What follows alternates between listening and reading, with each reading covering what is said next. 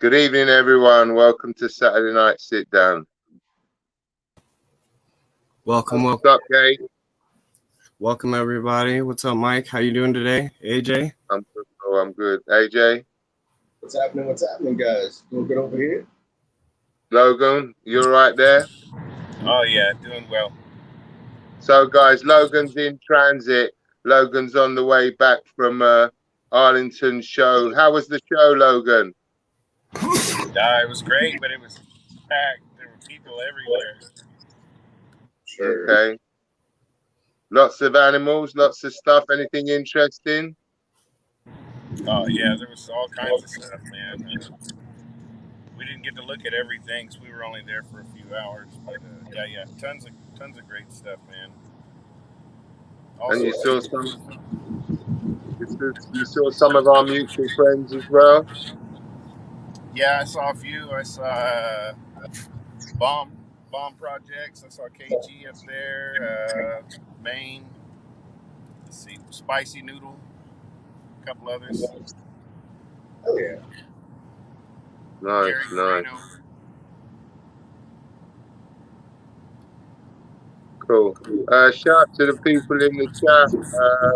Big shout out. Who we got here? We got Luke. We've got Scared Serpents. We've got LMK. I think. Oh, look at that. Nicole's in the building. What's up, Nicole? You all right, darling? Mr. Hutch in the house. Tammy. Have I missed anyone? Yes. Craft. What's up, bro? Ken in the house. Hey, what's up to everybody? Thank you for showing up. Gio's in the house. Eden Den. Gio's in the house. Sup. How you guys going? Your week's been all right? My week's been good. Got some locks this week. Yeah, boy. Talking of locks. I was very happy to see this one this week. There you go. Nice lock there between the Ultra Male and the Blade Clown. Nice. To get that project off the ground, double visual, go for the double hets, and then after that the double visuals. Oh yeah, that's a good project to be in for sure. Well, you know yourselves, guys, that technically speaking, that nowadays even single recessive is falling a little bit short in the current climate. Everybody's shooting for doubles, triples. In fact, just today we were talking about making quads when we were talking earlier, right? It's just like everybody's almost fast forwarding and jumping over the top and trying to make that really, really high powered animal off the bat, which is always going to be tricky, right? Because you need to hold back a lot of animals. Takes a lot of planning and structure. For sure. And a lot of females. A lot of discipline. Yeah. Well, you're going for double het hypo clowns this year, right, Gage? Or triple? Or no, actually, you're going for the triple, right? You're putting Triple. a hypo clown to a pied. Am I right? Yep. Hypo clown pied, banana Huffman pastel. Oh yeah. So I got all impatient since that super pastel double head sunset clown. In with the blade lace. Falcon they locked today within 5 minutes. Yeah, 500 gram for a male, providing that a lot of that is to do with how quickly you get your males up to 500 gram, because yourselves, guys, especially when you're buying an animal in from somebody else, if they've been don't hate on me, people, quote unquote, being maintenance fed, that animal may be a lot older than you think it is, and so it's only 500 grams in weight, but in age, there you go. You see, he's born in October 2021, Ken said. So basically, that animal is well old enough because he's in excess of 18 months old, right? Right. So he can play catch up very well. Right. So basically, his size is not in parallel to his age. AJ, you'd like to think that if you had a male that was born in October 21, that he'd be weighing more than 500 grams by now, right, bro? I'm sure he would be, yeah. Agreed. Yeah. I've had males born in March, and by October, November, they're up to 800 grams and they're ready to breed. Which goes on to another thing, guys. What we're going to do is I've got a clutch of animals that are all shed out, and they're going to be offered their first meal tomorrow. So I've seen a difference in the snake that mentioned compared to the snake that was the same guy. So yep, exactly, Eric, exactly that. You can see that somebody was focusing on the animal that they're keeping themselves and not focusing on the ones that they're selling. They're giving them a small meal. Guys, if anybody's got any questions, just stick it in the chat and we'll address it as we're going along. So as I said, I've got a clutch of animals that they've hatched out and they've already had their first shed. I showed them briefly last week. We're going to take these animals out. We're going to weigh them one by one, and then we're going to weigh some rodents. And then what we're going to do is every 4 feeds or every 4 weeks, we're going to weigh the animals. I'm going to tell you how many meals they've had, and we're going to have a look how the animal grows in comparison to the food that it's getting.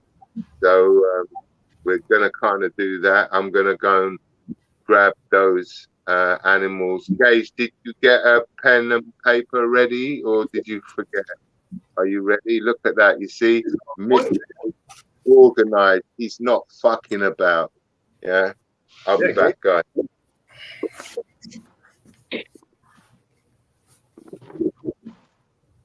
So Ken asked.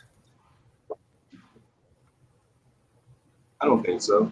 Well, we've put 2 boys to work at around 450 grams, and like they worked out fine.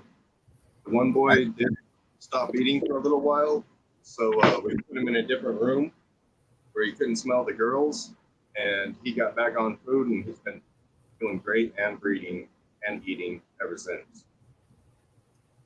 Yeah, I think he was mature enough by age, just needed to catch up on size, and was capable of breeding. Exactly.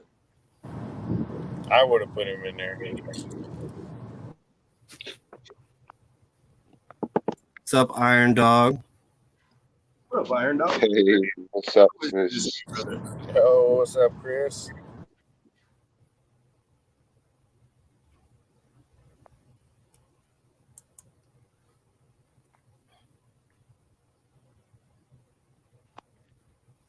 Oh, really? What happened? Nothing. I just didn't do it. I ended up just leaving it on the same camera, you know, because. Okay, so guys, this will be 22-22-01. Okay. You want to go ahead and put him on blast, Gage? Yeah, give me 1 second. I was writing. Cool. That animal is coming up at 64 grams. This is a lace blackback pastel and Barry, 100%. Yeah, that's the 0. I'll put it so everybody sees it go in again. 64 grams. All right.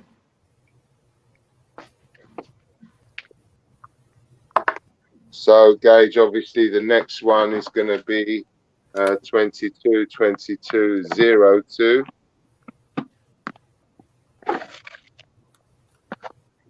Yes, sir. Quite a small clutch, guys, on average. That the babies tend. This is about the lowest sort of level. Look at that. That one's only 56 grams. You guys get to watch all these guys grow up. It's a late flatback. I think that's the one we said wasn't with Barry. About game. That's the lorry, huh? Yeah, so this is Lorry or Het Red Exantic or Lace Blackback. It's virtually, if not the same, then a very similar gene. And then obviously this one Gage is 03.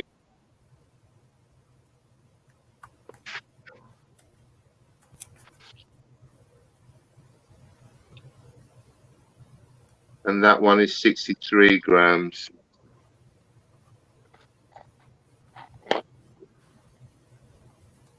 All these animals are shed during the week this week and will be offered their first food tomorrow. In a minute, we're going to weigh some rodents so that we can see what the average weight of the rodent is.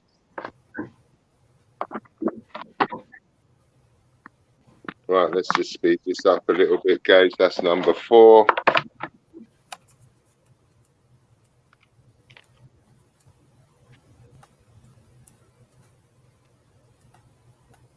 $64 grams again.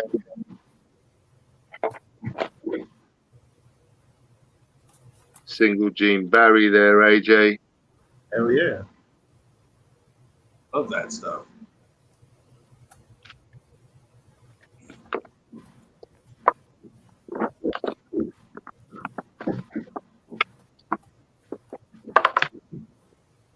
And that one's 05, Gage. Yes, sir. Don't be cheating and hiding cocoa in there, babe. Give me back that cocoa. You don't get to put that in there. The extra weight. I know I weigh a lot. Look at me, I'm a big girl. 61. 61. You tried to cheat and put that cocoa in with her. Right.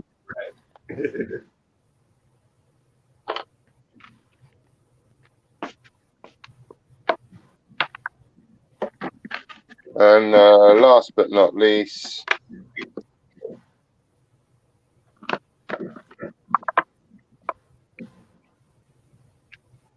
you give me that cocoa as well. And 60 grams exactly for that one. So what I'm going to do now is I'm going to weigh 5 rodents, 5 small mice and 5 medium mice. And then tomorrow I'll decide what size I give them and we'll work out what the average weight is. So we want 1, 2, 3. Oh, are we still going? My bad. Oh, you're good. 5. So 5 rodents comes out. We'll catch up in a minute. There you go. 5 rodent comes out at 95 grams. So anybody got calculator to hand? If not, just write down 95 grams and we'll divide it later, Gage, yeah? Yeah. That's a medium mouse. Just write 5 medium mice equals 95 grams.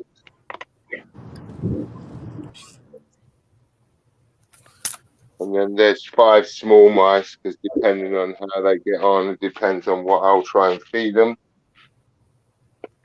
So 95 divided by 5 is 19. So they're roughly about 19 grams apiece. Right, and then 54 divided by 5? 19. No, and then that's the mediums. These are smalls now. 11. Oh, gotcha.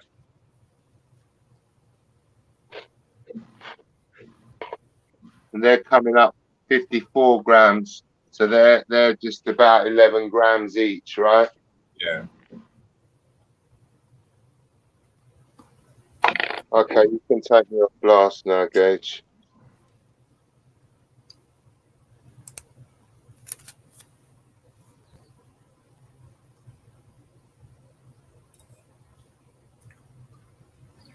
So what we now know is what the rodents weigh, what the animals weigh, and then basically we'll track this every 4 weeks, and we'll see how these animals grow and how they get on.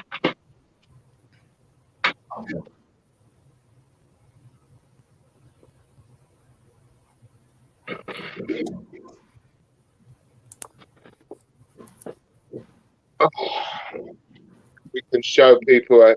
Okay, so my gravel. That passage. 7 locks.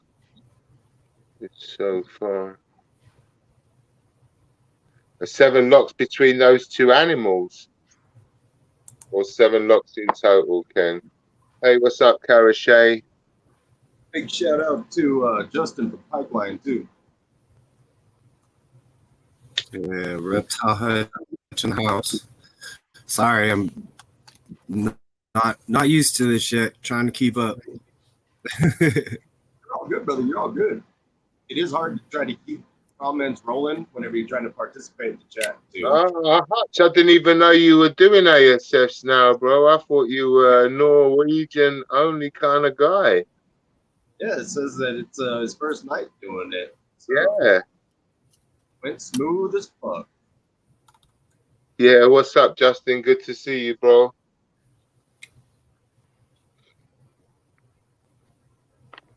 So yeah,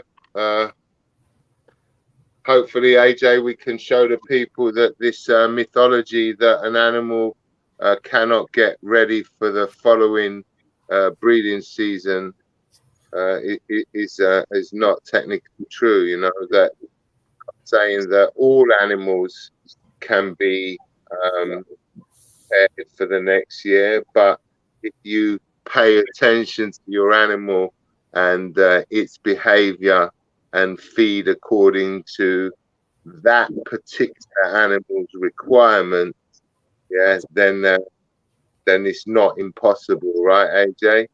Right. Right. Definitely can be done.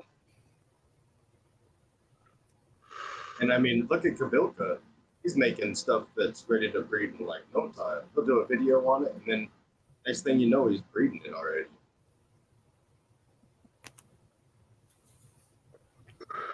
Yeah. Yeah, I'm sure he's got a few tricks up his sleeve, right, AJ, that he knows how to get those animals moving quicker than most of us, I bet. Oh yeah. But you know, we you know, me and you compare notes, right, AJ, a lot, and we doing a similar sort of theory behind the way we trying to run things, right?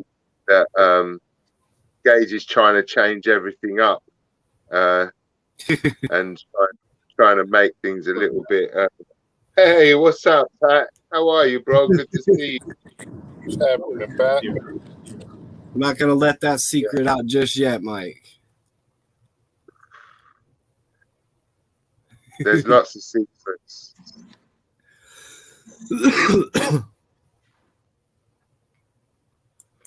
But we're always trying to change it up. We're always trying to sort of like pay attention and sort of fine tune everything. The person who thinks that they have it all sort of set out and that everything's perfect, you're dreaming, because that's not true. About to learn. Animals are got we different attitudes, like They do what yeah, they no, want. we're constantly learning, we're constantly trying to improve and make things run a little bit smoother, make things more efficient. You know, pay attention to your animals. This is the most important thing. Me and AJ were talking just the other day, right, AJ, about you have to pay attention to the front or the back. Are they sitting at the front, at the back? Are they eating? Are they not eating? Are they looking for more food? Are they taking one meal, then going straight to the back again? Are they taking that meal and then hanging about at the front as if they looking for something more to eat, like they still want to go on and eat some more? And then there's that one that is stand and guarding the perimeter, right, AJ? You get that animal that think it wants to eat, you offer it food, but actually what it's doing is it's guarding its perimeter. And the minute that you offer it food, it turns its head away, gives you like the cold shoulder, and tells, I don't know, I'm just Yeah. No, I agree. And like sometimes I'll take that as a sign as the food isn't what they're looking for. They're looking for a boyfriend. And I'll introduce a male if they start doing that. And a lot of times I'll get box after that too. So not every right. time, but I don't think anything is every time. No. No, because that can technically, that behavior means two things. That behavior means I don't want food because I want a male before I eat, or that might mean I've already done my job. I'm just guarding the perimeter because in my head I think it's a live rodent I'm getting, and I don't want that rodent in my house, so I'm just guarding the perimeter. Right. You know? And then you get that female, I'm sure you guys have had it as well, that you open her tub, not on a feeding day, on a normal day, and she's rushing out, not aggressively, but it's like she's got somewhere to go. It's like she's late for an appointment. You're literally open the drawer, and they'll be like, "No, I'm going somewhere." And for me, that means kind of two things. That can either mean I want a male, or actually I want to find somewhere more secluded to lay my eggs, and I'm approaching that time. I've seen that behavior at the beginning of the season by a female that wants a male, and I've seen that behavior from a female just after their pre-lay shed. Yeah. And they're almost like it's too open. I was saying to Gage, AJ, that I was thinking of putting a couple of sort of nest boxes in the drawers and see, you know, like how when you see people put a box in a retic's enclosure, and then they lift the retic out with the box, right? Yeah. And pull the snake off, almost to do a similar thing, to actually put a box, and maybe the female will feel a little bit more sort of secure because she's going to go into this really enclosed area to lay the eggs. Going to try it out this year. Got a couple of large tubs that will fit nicely in the back of the drawers. Right. Gonna see. I'm gonna basically pick a couple of girls that start to do that, start to look like they want to go somewhere, and I want to put that box in there and see if I can change that behavioral pattern by offering them somewhere else to go. Zach, what's up? You're showing some heat this week. Animals all doing well. Zach's going places. This guy's got some stuff on the go. Very nice young man as well. Right. Makes you look old, Logan. Logan knew that was directed at him. Yeah. My baby-faced assassin. Baby-faced assassin.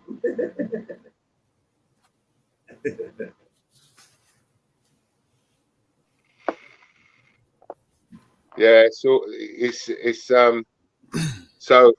I'll say this, and Gage will freak out when I say this. Actually, AJ, I'm almost calling it off now. I've got another few weeks to go. A lot of my males and stuff, I've even sort of stopped putting that male in with that female and just thought, well, if she's already, or she's already stopped eating for the last 3-4 weeks and she's behaving in a certain way, then it's actually no point. I might as well let him rest because his job is done already.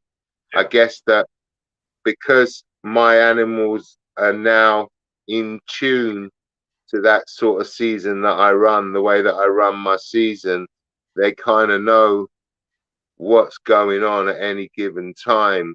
I know that you're trying to breed all year round, right, AJ? You're up to about 9 to 10 months a year. Yeah, I think we had like maybe 3 months where the incubator's been down. We're starting for eggs now, so hopefully soon. Hopefully soon. And you just had your last clutch hatch out, right, Gage? That's right. They all still in shed, or are they all shed now? They're all in shed right now. They'll be ready for next week. Yeah, next week, guys. Gage will have a clutch to show us. Got his last clutch of the year. That's or his first clutch of the year. Gage is also trying to attempt to breed all year round. Yeah, not going the greatest right now. I'm gonna end up with them all at the same time. Hey, as long as they come, it doesn't matter whether they come all at the same time. You know, obviously we would prefer them to be a little bit spread out, but if it's a case of close together or not at all, I'll take close together. Right. Yeah, for sure. But we also know that those animals that I showed now, that girl laid those animals on the 1st of December, and her last lock with that male was in mid-March. So we also know that these animals will retain their sperm for extra time. And yeah, that's right, Eric. Got a nice couple of spot nose het clowns for you. Maybe we'll let you know. We'll let you know. But so we know that that the sperm will last, right? We know that we're told that at least 2 years, right, is what we're told. Okay. We also know about that snake in the zoo, Gage. You know that snake in the zoo? In America, you guys had a snake that St. Louis hadn't been with a male for X years. 15 years. 15 years. Wow. Yeah. Right, but nobody. I've asked a couple of people about genetics to ask whether we felt that this was a Partho clutch or whether she was retaining sperm for 15 years. Yeah, and nobody really knows enough information to answer that question. I did ask Gage, I've asked AJ that same question. Do we know whether this animal was just reproduced itself, whereby it was a Partho clutch, or are we saying that the genetics that came out were from the male that she was paired to 15 years ago? It's very interesting to find this out, you know. Right. So do we know if all of the clutch was females? Because that would tell us right there that it was Partho. Again, I don't really know. I just know that I just heard the story, just like everybody else, that a female that hadn't been paired for many years laid a clutch of eggs. You know. So, I mean, if that was a retained sperm from 15 years ago, then wow, right? Wow, yeah, that changes everything. Everything. And here's one for you guys to throw the cat amongst the pigeons, as we say in the UK. When a female fertilizes her follicles, and I don't have the answer to this, I'm no scientist, and I yet to find anybody who can tell me anything more than just their opinion. When a female fertilizes her follicles and makes that clutch, does she use all of the sperm? Right. Or Does is it she? expelled when she's like laying the eggs? Does it get expelled then, or Yeah. hold on? And when she relocks, does she get rid of the old sperm and replace it with the new sperm? Does she mix it together? Chris, good to see you, bro. Shout out to Chris Fries. Yeah, Fries. shout out to Fries, our brother from across the water. He's Sunday morning there. He'll be having his breakfast with us. Nice. Yeah, it's a very, very touchy topic. It's a topic that actually I don't have the answers to because, and it always concerns me. You know, AJ, I remember telling you this the first time, and you were like, "Oh, you know," because is a het always a het? So Right. if you have an animal and you're trying to create a het with that animal, but that female has been bred previously, is her sperm bank empty when she breeds that visual clown, say? Are all the animals going to be het clowns? Right. Yeah. Or is it going to be something from fucking 14 years ago? Right. Well, actually, I've got, see, it doesn't really count because they didn't lay. See, because we kind of already know that if a female doesn't lay, then the chances are when you pair her with a different animal the following year, there's a fair chance of getting some retained sperm.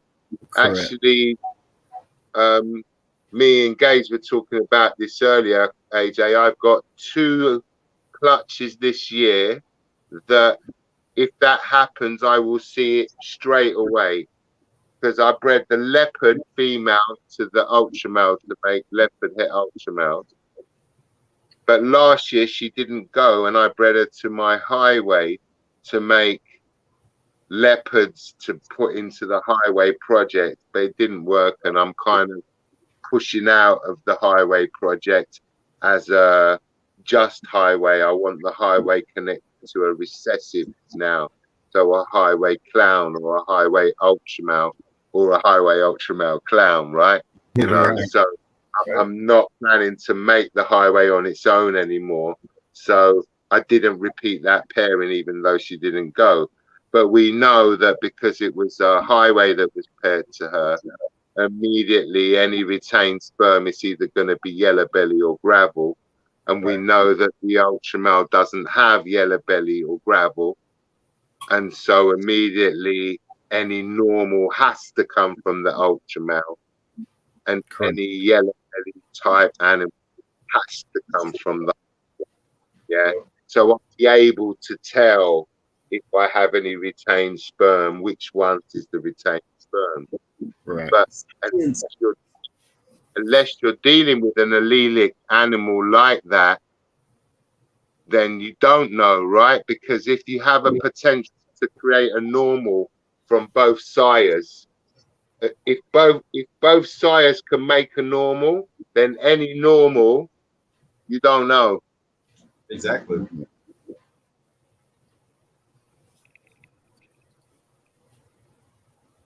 Yeah, there's still so many questions out there. Right, because the truth is that I think that the hobbies just come. It's a bit. I see the hobby a bit like the car, right? You know how they worked out how to make a car, and the car just sort of bumped along and got a little bit better and a little bit better and a little bit better, and then all of a sudden they worked out how to make them so much better. And I think our hobby is a little bit like that. That it kind of plodded along and it got plodded along and it got a little bit better, but all of a sudden now, you know, the explosion has happened with recessives and double recessives, and people are learning how to stack genes so that you don't get faded out animals. They're learning. We're trying to learn how to produce animals that not only look good as babies, but look good when they're adults as well. And this is actually, for me, and I don't know how you guys see it, but this is the biggest challenge of all, is that for me, I don't want to just produce sexy babies. I want to, when I open that drawer with that 4 kg adult female, I want her to look good as well, right? Right. That's why I think like things like Cypress and Lace and what else? Oh, like LSR Fire, like things like that are going to be real important in projects because a lot of those type do end up getting brighter and like as they go. And you add the right dark genes to things like that, you can get that darks along with the light. Right. It's all about stacking in the right way, avoiding certain genes in certain combos. That, listen, we know that pastel gets ripped all the time, but we also know that in certain things, pastel actually, what's up, Morbid? Pastel actually works in a positive way, right? Because we know that in Desert Ghost, everybody says that pastel is a must. I'm not really a Desert Ghost guy, but all of my friends that do keep Desert Ghost insist on pastel. Right. And it seems I saw some of the stuff that Lindsay at Pico Pythons has. It seems to work really nice with Mandarin. I was surprised of the reaction between pastel and Mandarin. Now, I'll be interested to see how that ages. But I mean, I've got a Mandarin. My Mandarin is with Enchi, and in my opinion, the Enchi makes it gold, yeah, and the pastel makes it more orangey. That actually I preferred it with pastel rather than with Enchi. Hey Derek. What up, Derek? What's up, Big D? So, but you know that certain things, we know that when you put pastel in clown, it does tend to brown out. We know that lesser works quite well in some of the albinisms, yeah, gives you quite a bright animal. We know that when you add lesser into clown, it makes it quite a yellow, faded. As a baby, come on, guys, you've seen a lesser clown as a baby. It's sensational, right? Straight up lesser clown as a baby is absolutely sensational. Just beautiful. Rich colors. But at 2,000 grams gauge? Yeah, not very nice. Yeah, it gets a little washed out for sure. Real pixelated. And this is basically what we're striving for, is to make that animal that we want to keep, because we know that when it's an adult, it's going to look crisp and nice. Right.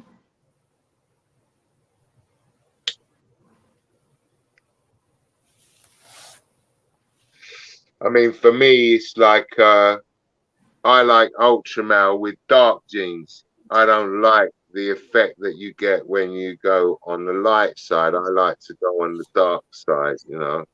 I agree. Ultramel too. And I'm going to get roasted for this, but that's the reason why I like Monarch, because it reminds me of the dark side of Ultramel. Right. Well, you know, AJ, we've discussed this, and I'll openly say this. If I could afford Monarch, I would have Monarch. You know, that for me, just as much as realistically, Ultramel is not really been worked properly yet. We haven't even seen anywhere near the potential of Ultramel.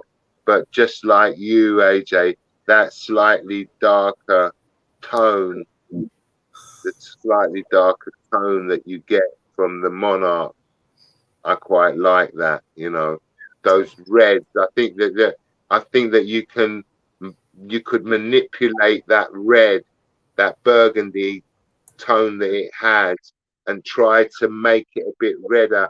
Actually, it sounds dumb, but almost with the Monarch, I'd want to throw in something light to try and bring that burgundy back and make it a little bit redder, so that you could get like a really red blush, so that maybe you could make a super asphalt, yeah, because the super gravel, super asphalt both have that light blushing out that come out from the bottom, right? So if we were to make that with Monarch, and maybe the Mandarin, maybe with OD or something like that, you can make that burgundy go a little bit redder and make it like a red flaming coming up between the streets on the super asphalt, you know. Right.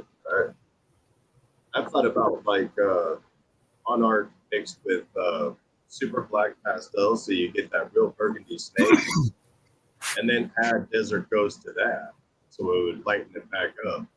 Right. But as a price point, guys, off the top of your head, a single gene Monarch to a single gene Ultramel, we're talking hundreds and thousands, right? We're talking hundreds for the Ultramel, and we're still talking in the thousands for the Monarch, right? They're still sustaining. How much are they, Gage, roughly, for a single gene Monarch? A couple of grand still? I'm not sure. I'll look it up and let you know in a second. Yeah, right. 2K, I think. 2K. I think I saw some today at the show for around 2K. Okay. And what about Ultramels? This is like 300-400. Oh yeah. Yeah, $300, $400. So it's a big difference, right? There's a big difference. And here's the question: how many people out there? And I've just admitted that I'm guilty. I am one of them. How many people out there are in the Ultramel because we know we can't afford to, or we don't want to invest that heavily? Well, first and foremost, I like both of them, but I happen to prefer Monarch. Well, I like both of them, but for me, I couldn't work both of them because it would be too much. Because of how I want to keep myself in that tight sort of number region. And you know yourself that the more recessives that you have, more. So Zach says that females are around 3,200 and that males are around 2,800.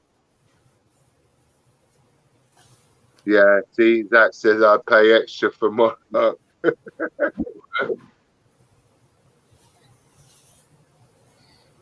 Yeah.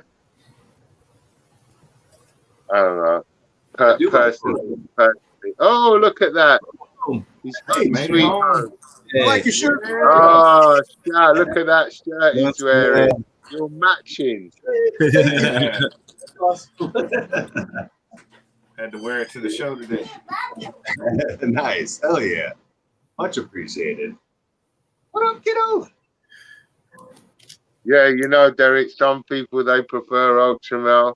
But you know yourself, Derek, some people, they like albino, and, you know, and other people, this is what makes the hobby such a wonderful thing, right? That we're all entitled to our own. You know, I read on Morph Market, they're trying to work and see if they elude it. I don't think they are.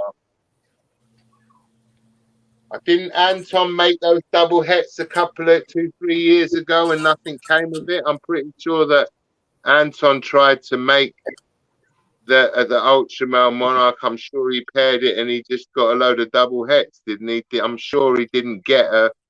I Somebody don't know correct what me if came I'm of that. wrong, I but remember talking about it.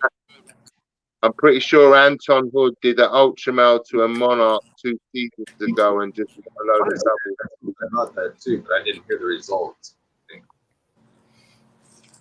And yeah, Tim, you should be getting your shirt soon. So then, is it going to be like as if you took two separate lines of Exantic and put them together, to where you'll just get double hats? Right. That would be even worse because when you bred them back together and you made the visuals, you wouldn't be sure unless you had a better eye than me. I mean, again, I don't have Exantic. As babies, can you tell the lines apart? So if I was to breed a double hair Exantic, 2 separate lines to another double hair, and I made, say, 8 eggs and I got 2 visuals, would I be able to tell which line those 2 Exantics were? I doubt it.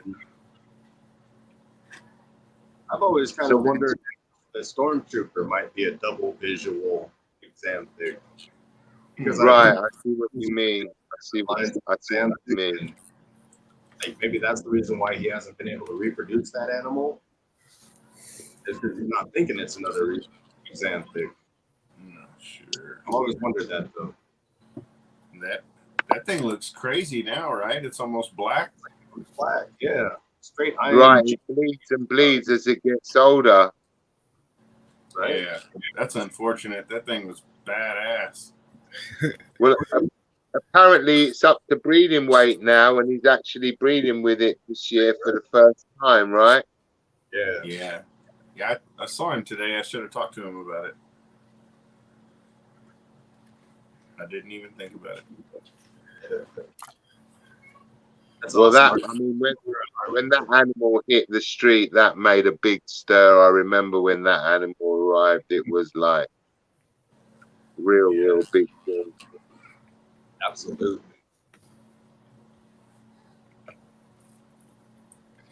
It'll be a shame if we all find out eventually that it can't be reproduced, right? That it's just Yeah, like I've been a chasing paradox kind of thing. phantom snake. Right. But I guess it happens, right? That didn't Barchek have at least 2-3 projects that he pulled animals from Africa, and he never managed to reproduce them. He had one he was really convinced about that even in 2018, 2017, he was still trying to reproduce them. Just some of them are just I mean, I've got an animal here that I produced, and I've tried 2 years in a row to reproduce it, and I can't hit it again. I'm wondering whether that one gate that looks yellow that just looks like a desert goat. Yes. The one and can't reproduce it, but wondering whether I'll ever reproduce it.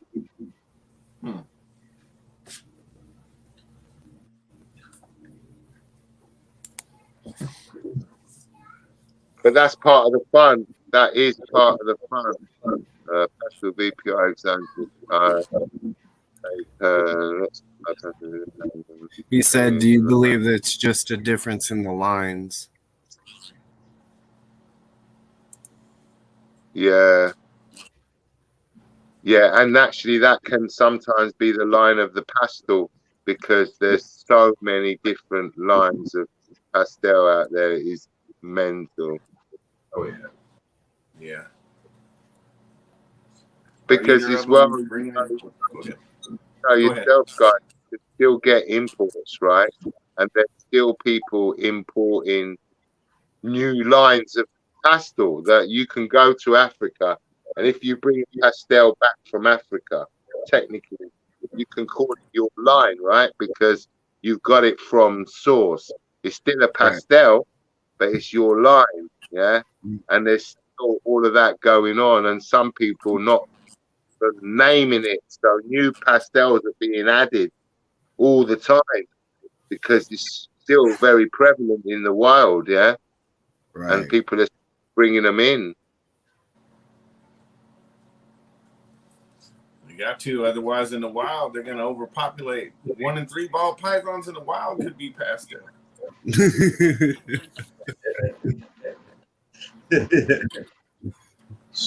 Yeah, so what was that on Morph Market? Like 1 in 3 were fucking Yeah. pastel? Yeah. 1 in 3 contain pastel. Right, because it's not we're not just talking about the animals that are single gene pastels, but you know, if you add up 1 in 3, I reckon I've got at least 1 in 3 in my collection have pastel in them. Yeah, probably.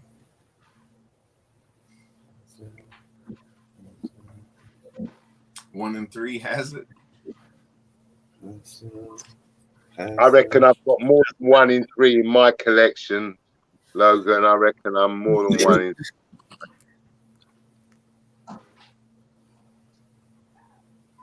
But we're trying to wean it out, especially when we're using it in cloud. But hey, if you were concentrating on desert goats, you'd want it in about 60% of your animals, right? If you were concentrating on hey Alex, hey Like, John, no hate, hey Alex. John. I think that puzzle works really good with pastel as well. Right, puzzle works really well with pastel. Yeah, that's another one. That's another one for me. Puzzle and paint. These are two genes that I'm really interested in. Puzzle and paint. Yeah. I saw very little paint. Sorry? I saw very little paint at the show. Is that good or bad, do you think, though? How do you see, like, is that good? Because if there's not a lot about, then it means that if you start to produce some really amazing stuff with that gene, then you're going to have the jump up on everybody else, right? You know, I personally think that paint is got a lot of legs to it. I think it's got a lot of work to do on that one. Right. Same with puzzle, right? I think that the small advantage that paint would have over puzzle is that we know that the paint clown is a nice looking animal, and we know that the puzzle clown has been already sort of like you know.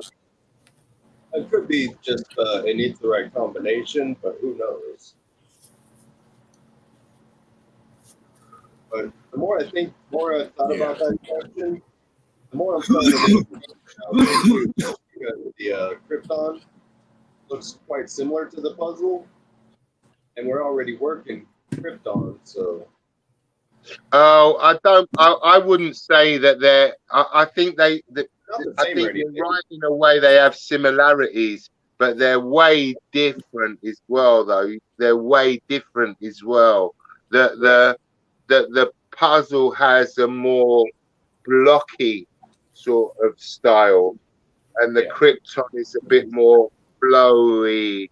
You know, I wouldn't see them as the same. And actually, this is how people perceive it. Some people would prefer the Krypton because it's allelic with clown, and other people would prefer the puzzle because it's not allelic. Not allelic. Not just allelic. depends on how you see it. Again, just like we were saying about people liking different styles of animal, this is a different strategy to breeding, right? It's just different strategy, you know, that you have to kind of work out the strategy that you want to follow and work accordingly. I think the most annoying thing about that Krypton cryptic stuff is that you can't tell the difference between the cryptic and the Krypton. That's the most annoying part of it. I don't mind the allelic part. I wish it was a bit like Toffee, right? And albino, because you can tell which is an albino, you can tell which is a toffee, and you can tell which is the toffino. So it works in the same way, but you can tell which one is which. The frustrating part for me is not being able to tell the difference between the crick tick and the crick on. Yeah. And we might be able to tell in the future. There might be something we're overlooking right now, you know? Right. There might be this small little mark that somebody realizes it and proves it out. You know, I'm sure that some of the guys who have a lot of this stuff around them are already trying to pay attention and predict and see if they're right and see if that marking means what they think it does. And it's going to take a few years, right, of people trying to see, oh, does that mark mean this? Does that mark mean that? You know, so it will take time. Okay, so you go to. So I've heard people talk about that they don't believe that there are any recessives, that everything is codominant, and we just don't understand enough to be able to see what are in our heterozygous animals. Well, that's interesting too. I mean, we know that a lot of pieds have the tracks, right? We know that for sure. I've heard of a lot of people say that when an animal is het clown, that the pattern will rise across the back more than it normally does in a non-het clown version. I've heard people talk about it having the white dot on the end of its tail and striping. The underside of the middle of the tail. Right, the underside, but after the vent, it should look a certain way. And I've heard some. You know, I think tri-stripe. You can usually see a het tri-stripe. Yeah, it starts stretching those alien eyes real hard. I've heard you can see the het sunset and the color. The het monsoons, I've heard you can see. Het monsoon. Black pattern. Maybe but more then, than we think. But then paint was swapped from a codom to a recessive. And if you read the article on Morph Market, he talks about how he thought animals were paint, and when he bred them together, they weren't. Animals that he thought weren't paint, and when he bred them together, he made a super paint. So it's like you said, AJ, that we don't know nothing yet, right? We don't know nothing yet. We've got a long way to go. That people with shut mouths. That this is technically, guys, why we're here, right? Is because we're just trying to share our experiences, to listen to what everybody has to say, and pick up new ideas and stuff like that. That's what it's kind of all about, right? Absolutely. Just a big old learning process. Absolutely, it is. Yeah, and I'm having a blast with it. Yeah. Gotta enjoy it. Have to enjoy it. There's too much patience involved to not enjoy it. Well, Right. well, that's the thing, isn't it? Right? Is that even if you take away the fact that most of your days are spent scrubbing plastic tubs, cleaning water bowls, and picking up lumps of shit, even if you forget about that, the actual patience that you have to have, to carry out the process and go through the process, and as well, you know yourselves that not all animals go. It's not like a book, right? Right. I heard too many times people say, I'm gonna buy this one male and these three females, and in 2 years these females are gonna be ready. I'm gonna breed this to these three females, and the babies are all gonna be worth this. No, I'm sorry. It's not like that. One might not make it to the No. Yeah. Time to wake up and go to school. You're dreaming. But if you have patience and you set, it's not about setting yourself lower expectations. We always set ourselves high expectations, but don't be upset too much if you don't reach those levels, because these are living things, right? And it's kind of like that, right? It's just kind of Exactly. First and foremost, you have to work with the animal. You know, we always talk about, AJ, about the equation of the weight plus the maturity plus the positioning, you know, where they are, how they're feeding, what's their weight like, how old they are, all of these behavior cues. And then what's the body condition? You know, we were talking just the other day about how a female, if you imagine a snake is like this, guys, that as a female starts to put on weight and grow the follicles inside her, tends to do that because the rib cage is opening up. You'll tend to get that pitch right along the top of the spine, and that dip on the inside there is being caused by the rib cage actually coming out and causing a little ridge like that. And this is a good sign to show that your animal is building and on the road to a nice set of pearly whites. Right. Because that shit never gets old. Never. It's Christmas morning every time you do it. Yeah, I think We'd be doing a dance when they lock. We'd be doing a dance when the babies, when the eggs drop, and then we'd be doing a dance when we cut the eggs. Yes. Right. Absolutely. So many exciting times with this holiday. Yeah, but you know, there's so much bloody waiting around. That's why we get. I guess that's why as well that we get so excited, because you're made to wait and wait and wait and wait, and it kind of it boils up into a crescendo, right? And it's almost a release of energy when you finally see. I agree. Like, I'm already at that stage now where I'm thinking, it's too quiet in the flat. I need to have the incubator on so I can hear the whir of that fan, you know, and then I'll know that. I lie down at night and I'm thinking, oh man, it's just way too quiet here. I need that incubator to be running so I can have that white noise in the background. You know? Helps me sleep. I sleep better when my incubator's running. Yeah, absolutely.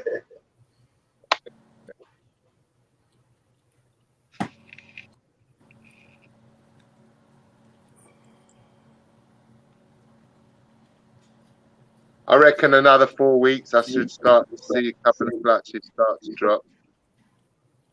That soon? Nice. Man. Yeah, I got some girls that have been off food for a while. They look like they look right. I get it wrong sometimes. I miss that. I think that the pre-ovulation shed is the pre-lay shed and stuff like that. You know yourselves that if you're not, an ovulation can be visible sometimes for a day, sometimes only for an hour or two. If she's sitting in the wrong position, if you're somebody like me who goes out to work and may not check the animal for 24 hours, then you might miss that ovulation and then you get your sheds mixed up. Right. You'll get that girl that will throw you off and eat 2 meals in the middle of gestation, and you think she's not going because she ate twice in the last 4 weeks, and you think, well, and I've written in the book, well, that's not happening. And then 8 weeks later, she's shed and she's dropped the clutch, and I'm like, huh? And I've got one particular girl who's done that to me now 3 years in a row. She's eaten 2 rodents somewhere during, but only a small one. I've got to be careful. and offer her like a small wean, like a 40, 45 gram, because I will always offer a 40, 45 gram rodent to all of my girls every week, right up until they lay, because I believe that psychologically that it makes them feel comfortable to know food is available. Yeah. I read somewhere that you should always offer them food, because if you've got a female who's growing follicles and has stopped eating, if she doesn't get offered food, she may reabsorb based on the fact that she feels that there's not going to be a food source for her babies. Yeah. I don't, guys, that half of what we're taught might not be even true, but you daren't not do it, right? Just in case it is. It's better to do it rather than not to do it. You're not losing anything. You're wasting a bit of time maybe, but you're not losing anything. Right. Especially me, because I'm feeding frozen forward and I'm going to give that rodent somewhere else. We're not even going to start about that biosecurity stuff, like once the rodent goes in the tub. Well, this is a question for you live feeders out there, right? Once the live rodent goes in the tub, if your snake doesn't eat that rodent, what are you going to do with that rodent? Does it go into quarantine? Right? Does it go into quarantine? Do you give it a bath? What do you technically do if biosecurity is truly where I quarantine it in the snake's belly next door. But now you've cross-contaminated your animals, Logan. I do it all the time. When I pick one up and I put it back, and then I pick another one up, same thing. I know. Don't get me wrong. If I open up a tub and I look in there and I touch anything, and then I touch another one, I did the same thing. Right. Don't get me wrong. Don't get me wrong, Logan. I'm not saying nothing. I'm just pointing it out because you're smiling because we all have a similar opinion. We've discussed this. Guys, we've discussed this behind the scenes many times, yeah? That's why we're all laughing up here. But actually that, if somebody's really into that biosecurity, that shit's going to be quite expensive. Absolutely. Right. So for us, what we do is we put everything in quarantine for 3 months. If we get another snake, it goes in a separate quarantine for 3 months. So everything is quarantined. Like if we get a group of 5 snakes, we'll quarantine those 5 snakes together. But if we have 5 separate snakes, then we have 5 separate quarantines. But what you don't quarantine the rodents, AJ, after if you put a live rodent, or even if you drop feed a dead rodent to an animal, if she doesn't eat that drop. Those ones we do. Like we wash up everything after we've dealt with any quarantine.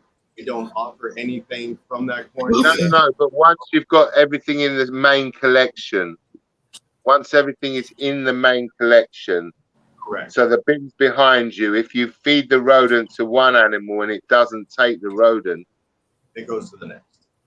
Right. But some people who are really into that biosecurity, they will tell you that by doing that, it's technically a cross-contamination. And now if you take that rat and put it back in with all the other rats, you've now contaminated all of the rats. Right. That's very true. So that is why we do the 3 months.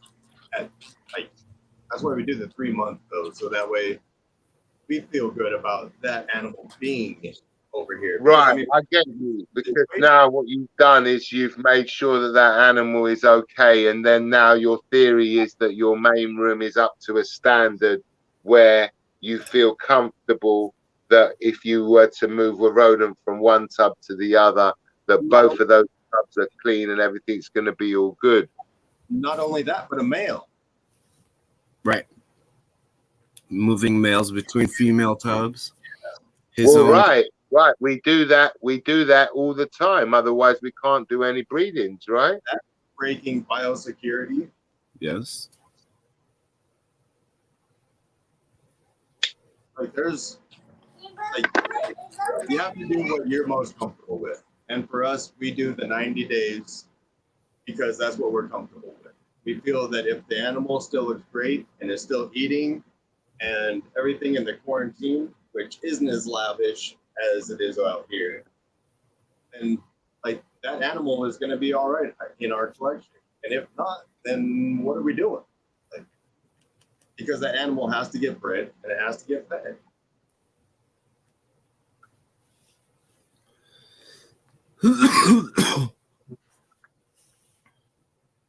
Yeah, we'll use the rodent later. I don't know. It's all a bit long, right, guys? Yeah. Right. Hey, look, you know that in 5 minutes in Cyprus it's going to be 4:20. Oh shit! Nice. Better blaze. But yeah, no, but also by the same token, like you can't really preach that you have much biosecurity if you don't, take care of everything, just like that. You can't ever put one rat from a tub to another and then say you've got good biosecurity measures in place. You don't. Technically, can you even breed? Yeah. Yeah, you can't breed one male to more than one female for sure, or just tons and tons of stuff, man. You can't even touch one tub and then touch another tub without washing up. Gage actually had a conversation with a vet who we managed to have a little chat with, and the vet actually said that basically, unless you've got filtered air like a clean room, Absolutely. then you have no biosecurity anyway. Yeah. Yeah, you can't even reach like a biosecurity level 1 Yeah, without every one of like these animals is breathing the things. same air. If one of them coughs into the air or sneezes, That air is not filtered. Yeah. Nah. Yeah. You go mad doing biosecurity. Make sure everything's good. Yeah, lose your mind trying to keep up on that. yeah, so you just kind of pick what level you're comfortable with, really. Yeah, I'm not doing a whole fucking white suit to step into my snake room. Yeah, that's what I'm saying. That's what I'm saying. All respirators and Yeah. I mean, you truly want biosecurity, Yeah. I didn't do enough when I got home from the show. I changed some of my clothes, bottom half. But, I came home from the show and came straight into here pretty much. It's not that well, great. you should have you should have been in the decontamination shower and all of that Exactly stuff. right. I technically would have stripped my clothes and showered. I don't handle anybody's animals. I don't touch animals. I try not to touch people. Like, I don't know. Like, it just seems like that is an extreme environment. So I would definitely want to clear myself of contaminants from that environment. Yeah, I feel the same. Yeah. We have a local pet store that I've heard of people getting mites from. So we've never been there. We've been there once, like we were very, very, very first started the hobby. But like, if I ever went there, I'd make sure I fucking changed my clothes and everything. Yeah. But that's me. I'm a little nervous about it. I changed everything from the waist down. There you go. I had to represent. I couldn't change this. Derek's reptiles. Yeah, he wanted to leave your shirt on, AJ. Leave him alone. What up, Derek? Oh, what's up, Derek? What's up, Derek? Oh, I gotta go back and rewatch the Jake the Snake. Oh yeah.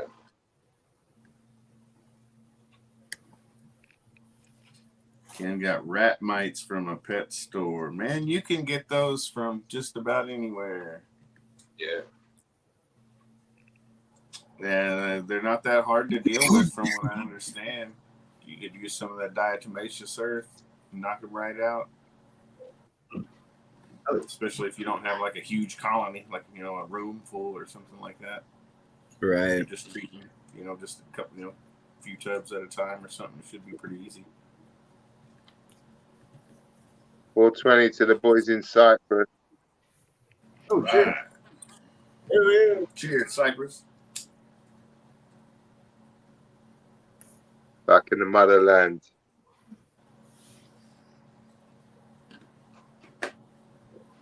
Should we wrap it up, guys? Take a rest. Yes, sir. We're at So AJ, should we give the people the news for Sunday now so that everybody knows about or do you want to reveal it on the show on Sunday? What's going on? So you have a new co-host, bro. Right.